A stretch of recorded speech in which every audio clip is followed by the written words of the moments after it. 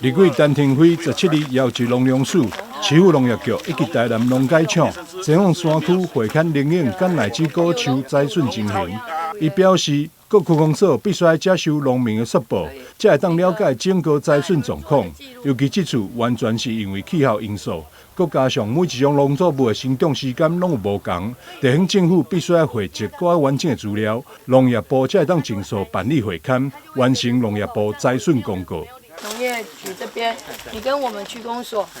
可能爱跟区公所讲一个就是有营养有奶基的，就是说现在。 因为农民会担心啦，其实现在农民会担心说啊，我甲过去的经验，这个时阵是什么状况啊？这个现同期差很多，而且也知道依照他们的经验是完全可能这都不能够修啊，所以他们会紧张，所以我们就要在各区公所，因为这个跟所谓的我们那种台风啊，迄个是无同款，台风是一道，迄个立即性的那么那个不一样。 啊，所以说我们这个部分就是请我们的区公所接受农民的通报，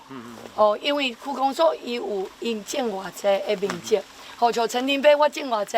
我甲区公所讲，区公所得当调资料出来，啊，你若看讲有到5%，恁得出来看，恁得讲哎呦，啊，看完之后有到达20%，你们也就会汇集所有资料。 送到我们的农业局，然后农业局再通报我们的农业部，再由农业部来做四方会勘。陈廷辉指出，栽笋认定的定数问题已经不是第一次发生。过去地方普遍认为，农业灾害救助必须要等到中央公告后，才会当报栽笋，造成地方基层恐慌。农民也伫咧等待当中，促使黄金通报时间。 农业局表示，只要农民有反映农作物栽笋，各区公所就会落案登录，达到5%就会启动多方的会勘。认定后，若是有达到20%的栽笋，就会送到农业部启动救助。农业局也一再提醒各区公所，要尽速受理农民栽笋数目登录。目前，咱市改良山野甲土山野也已经达到20%的栽笋，并启动救助。